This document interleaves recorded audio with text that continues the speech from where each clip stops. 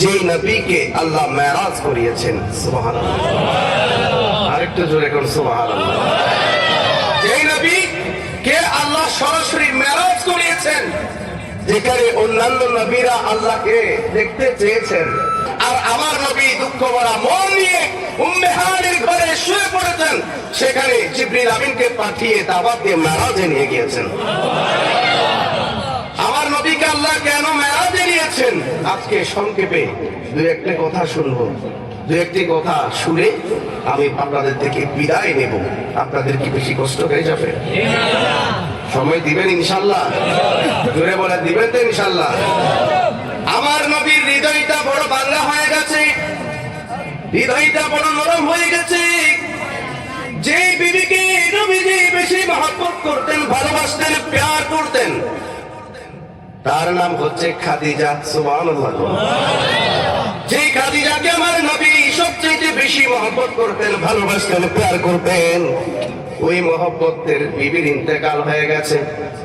আমার নবী নিজ হাতে কাফন পরিয়েছে, নিজ হাতে গোসল দিয়েছে, নিজ হাতে ওই খাদিজাকে কবরের মধ্যে শোয়াই দিয়েছে। সবাই জানাজার পর দাফন কাপড়ের পর চলে যায়।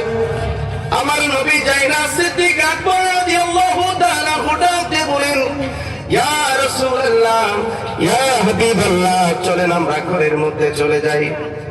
সবাই চলে গেল, কাফন দাফন শেষ, সব কাজকর্ম শেষ হয়ে গেছে। চলেন ইয়া রাসূলুল্লাহ, আমরা ঘরের মধ্যে ফিরে যাই। সবাই চলে গেল।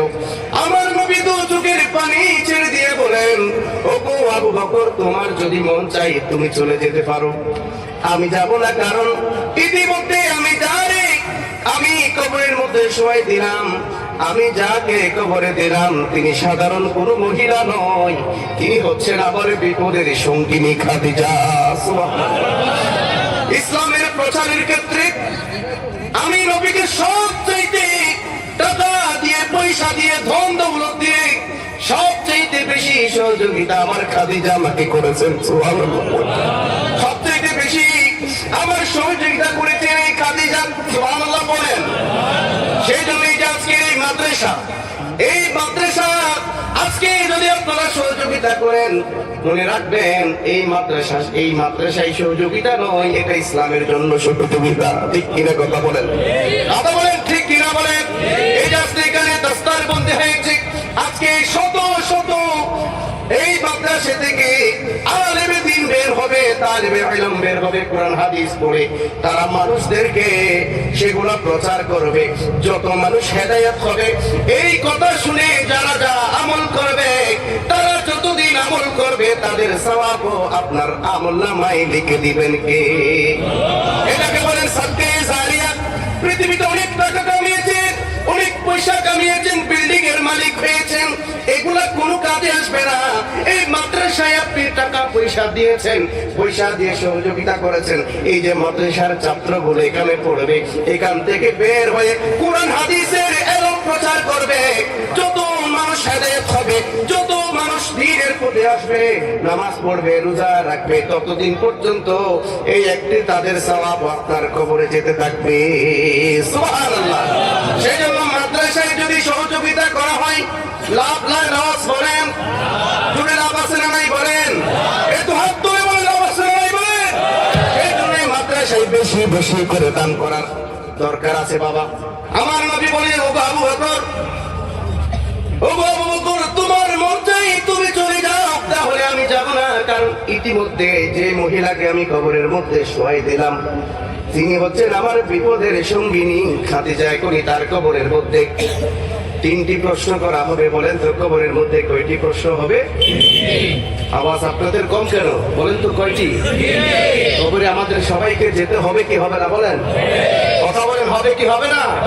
আপনাকেও কবরে যেতে হবে, আমাকেও কবরে যেতে হবে। আপনার বাপ দাদারা যেভাবে কবরে চলে গেল, আপনাকেও আমাকে কবরে যেতে হবে। কুল্লু নাফসিন যায়কাতুল মউত, সবাইকে যেতে হবে। এই কবরের মধ্যে 3টি প্রশ্ন করা হবে। বলেন তো কয়টি?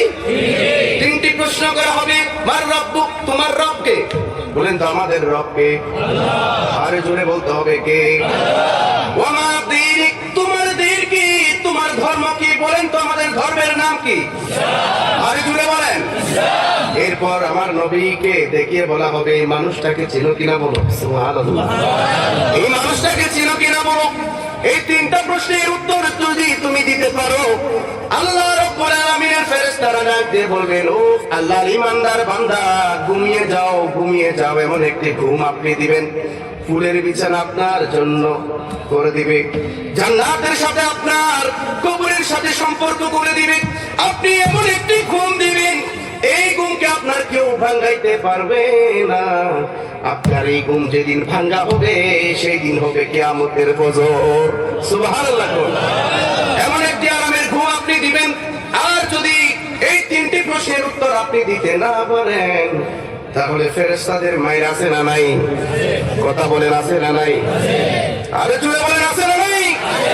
এজন্য আমাদের সবসময় প্রস্তুত থাকতে হবে।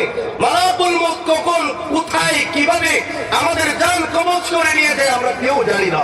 সব সময় সেই জন্য মালাকুল মউতের জন্য আমাদের সবাইকে প্রস্তুত থাকার প্রয়োজন আছে না নাই? বলেন, কথা বলেন, আছে না নাই? বলেন। আমার নবী বলছেন, এখনই তার কবরের মধ্যে তিনটি প্রশ্ন করা হবে। এই তিনটি প্রশ্নের উত্তর শুনুন আমি নিজে দিয়ে তারপর ঘরের মধ্যে ফিরে যাব রে আবু বকর। সুবহানাল্লাহ।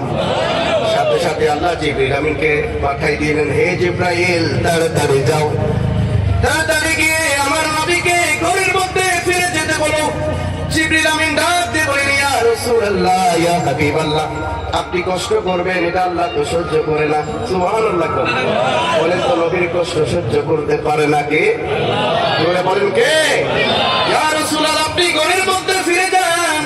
খাদিজার কবরের মধ্যে যদি তিনটা প্রশ্ন করতে খাদিজার কোনো সমস্যা হয়ে যায়, খাদিজা উত্তর দিতে যদি কোনো সমস্যা হয়ে যায়, তাহলে জেনে রাখেন ইয়া রাসূলুল্লাহ, আল্লাহ বলেছেন আল্লাহর শাহজিম থেকে তার প্রশ্নের উত্তর দিয়ে দিবে।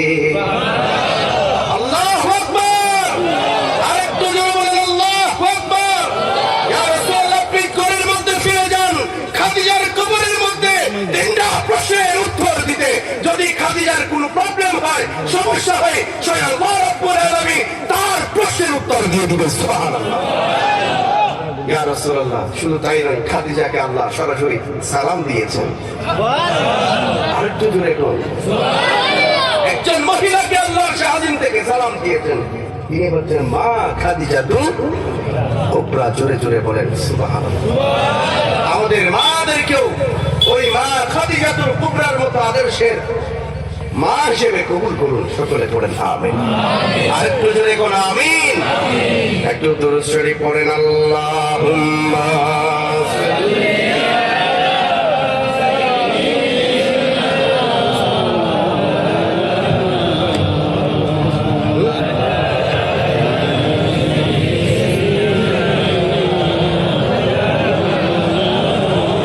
আরেকটু জোরে জোরে, আল্লাহুম্মা সাল্লি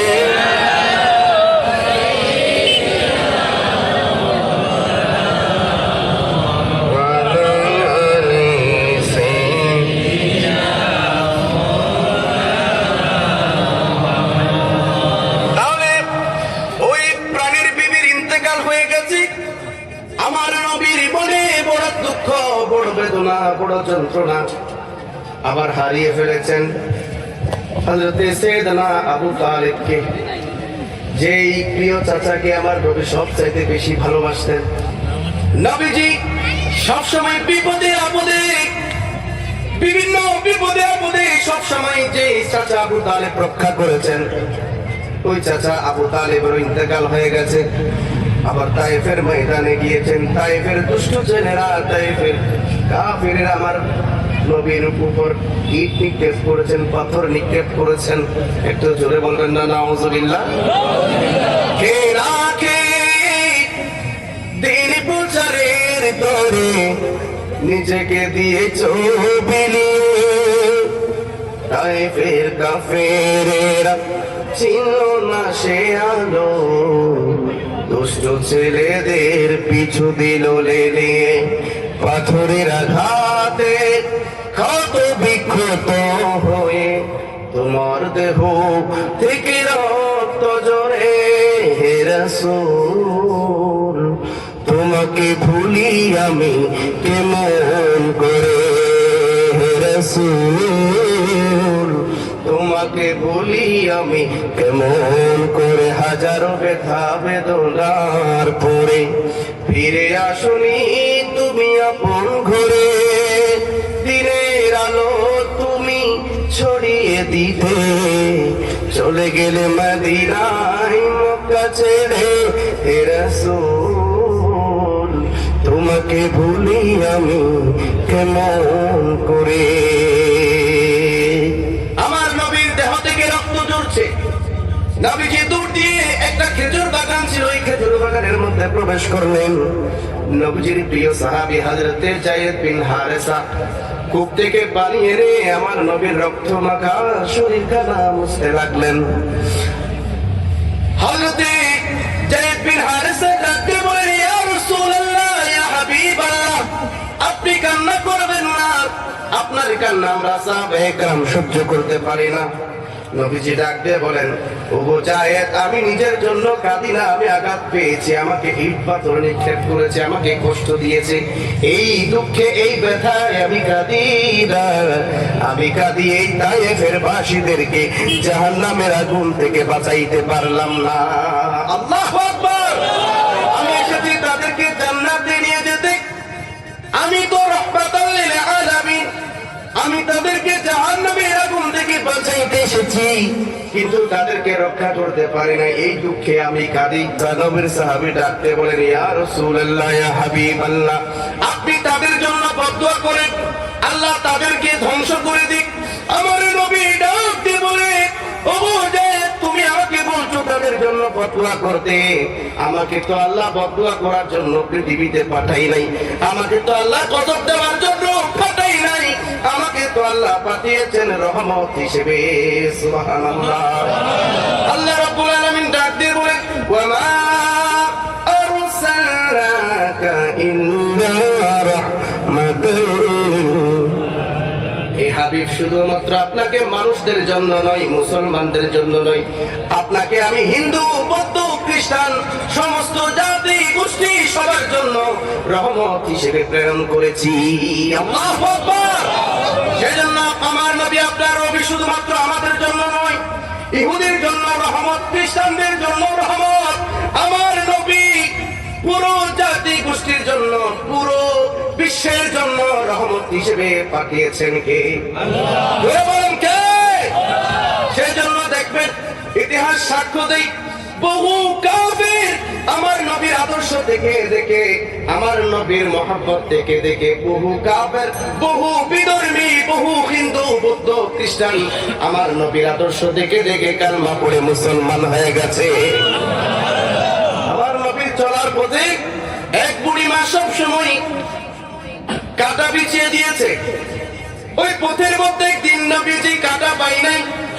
সাহাবায়ে কেরামদেরকে ডাকতে বলেন, ও সাহাবায়ে কেরাম, যে পথের মধ্যে প্রতিদিন ইহুদি বুড়ি আমার চলার পথে কাঁটা বিছিয়ে দেয়, আজকে দেয় নাই, নিশ্চয়ই বুড়িমার কোনো সমস্যা হয়েছে। সুবহানাল্লাহ পড়েন। নিশ্চয়ই বুড়িমার কোনো সমস্যা হয়েছে। আমার নবী দলবল নিয়ে ওই বুড়িমার ঘরের মধ্যে চলে গেলেন। বুড়িমা তো অবাক হয়ে গেলেন, চিন্তা করতে লাগলেন, আব্দুল্লাহর বেটা মুহাম্মদ মনে হয় আমাকে মারার জন্য চলে এসেছে, আমাকে নিশ্চয়ই মারার জন্য এসেছে। আমার নবী ডাক দিয়ে বলেন, ও বুড়িমা, আপনি টেনশন করবেন না, আপনি পেরেশান হবেন না, আপনি চিন্তা করবেন না, আমি আপনাকে মারার জন্য আসি নাই, আপনি অসুস্থ, বরঞ্চ আপনি অসুস্থ, আপনার সেবা করার জন্য আমি মুহাম্মদ প্রস্তুত আছি। আর একটু জোরে বলেন সুবহানাল্লাহ। আপনি অসুস্থ হয়েছেন, আপনার খবর নেওয়ার জন্য আমি এসেছি, আপনার সেবা করার জন্য আমি মুহাম্মদ প্রস্তুত। সুবহানাল্লাহ।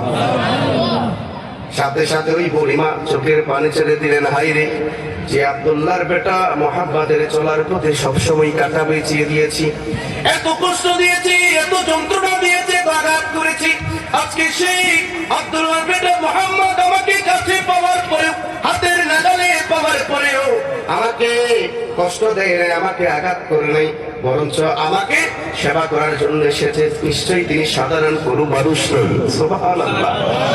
নিশ্চয়ই এটা সাধারণ কোনো মানুষ নয়, সাধারণ কোনো জাত নয়, নিশ্চয়ই ইনি আল্লাহর পয়গম্বর আল্লাহর রাসূল সাথে সাথে ওই বুড়িমা চোখের পানি ছেড়ে দিলেন, সাথে সাথে নবীর কালমা পড়ে নিলেন, লা ইলাহা ইল্লাল্লাহ মুহাম্মাদুর রাসূলুল্লাহ সাল্লাল্লাহু। সাথে সাথে আমার নবীর আদর্শ থেকে, নবীর মহব্বত ভালোবাসায় মুক্ত হয়ে কালমা পড়ে মুসলমান হয়ে গেছে। আল্লাহু আকবার। সেজন্য প্রতিশোধের নাম কখনো ইসলাম নয়, মহব্বতের নাম, ভালোবাসার নাম ইসলাম। ইসলাম এটাই আমাদেরকে শিক্ষা দিয়েছে। তোমাকে কেউ যদি কষ্ট দেয়, তুমি সাথে সাথে তাকে আল্লাহর ওয়াস্তে মাফ করে দাও। তোমাকে কেউ যদি আঘাত করে, তোমাকে কেউ যদি কষ্ট দেয়, তুমি আল্লাহর ওয়াস্তে হৃদয় থেকে তাকে মাফ করে দাও। আপনার ইজ্জত সম্মানকে বাড়িয়ে দিবেন কে? আল্লাহ। বলেন কে? আল্লাহ ক্ষমাকারী বান্দাকে বেশি ভালোবাসে। আল্লাহ নিজেও ক্ষমা করতে বান্দাদেরকে ভালোবাসে। সুবহানাল্লাহ।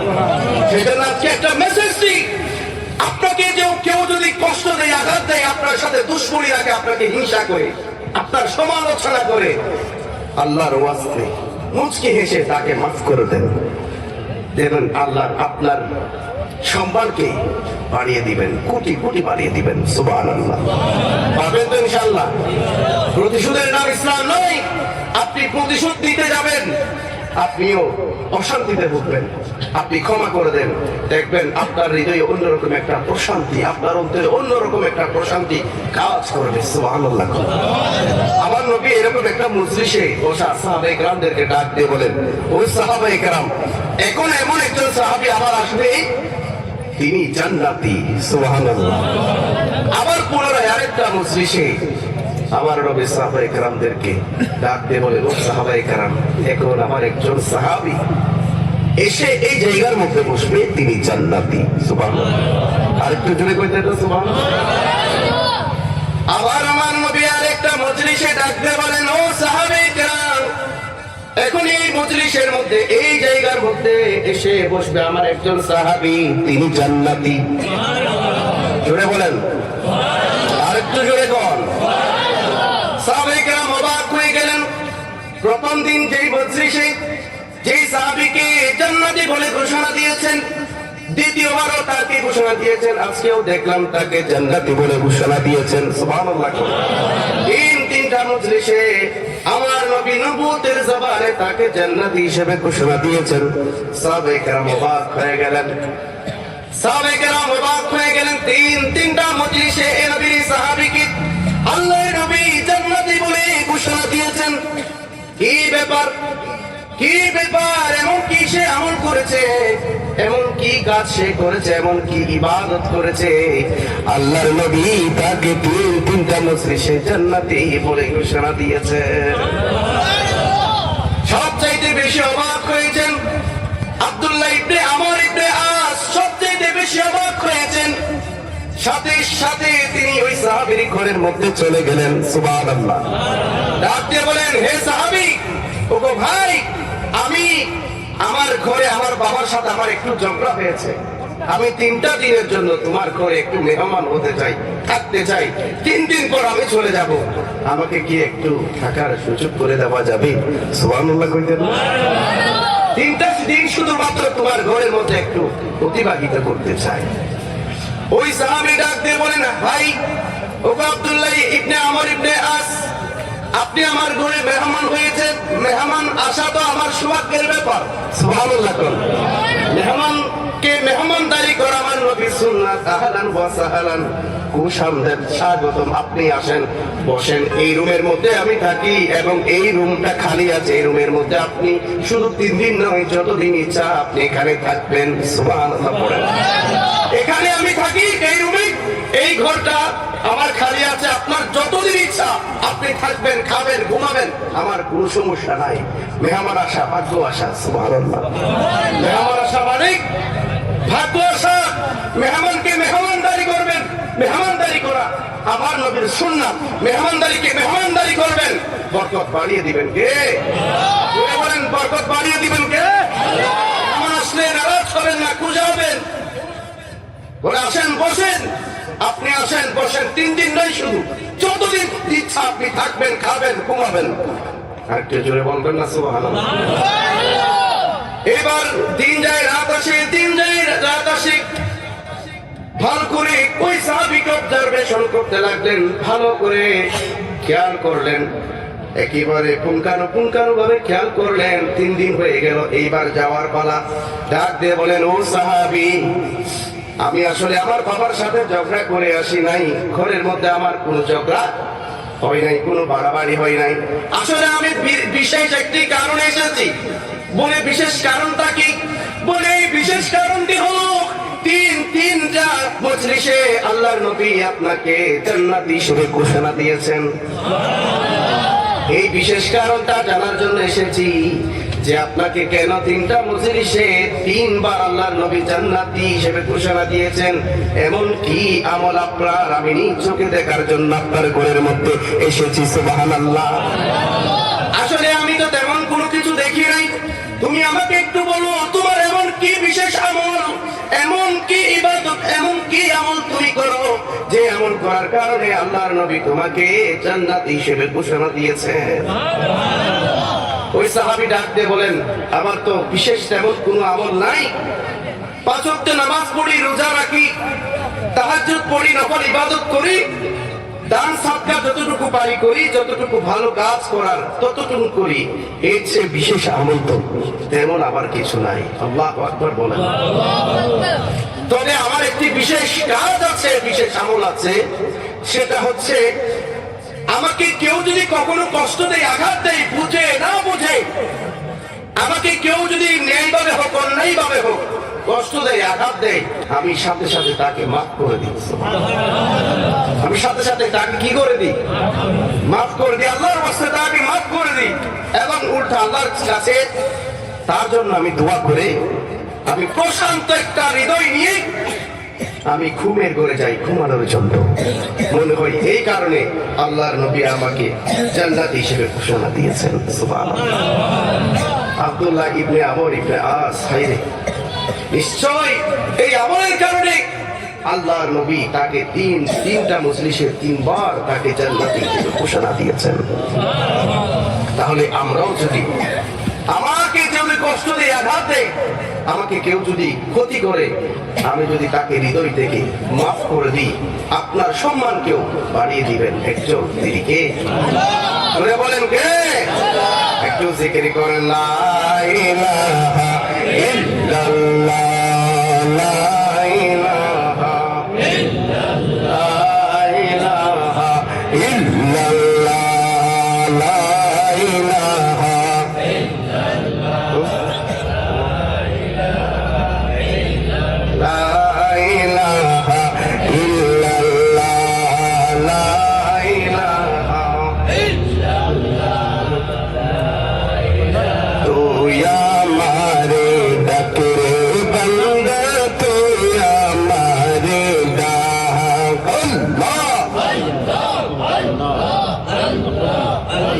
আল্লাহর জিকির করলে কি খারাপ লাগে?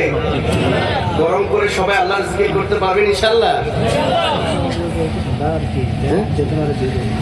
একটু আল্লাহর জিকির কি গরম করে দিতে পারবেন? পারবেন ইনশাআল্লাহ? একটু মহব্বতের সাথে জিকির করেন, লা ইলাহা ইল্লাল্লাহ, লা ইলাহা ইল্লাল্লাহ, লা ইলাহা ইল্লাল্লাহ, লা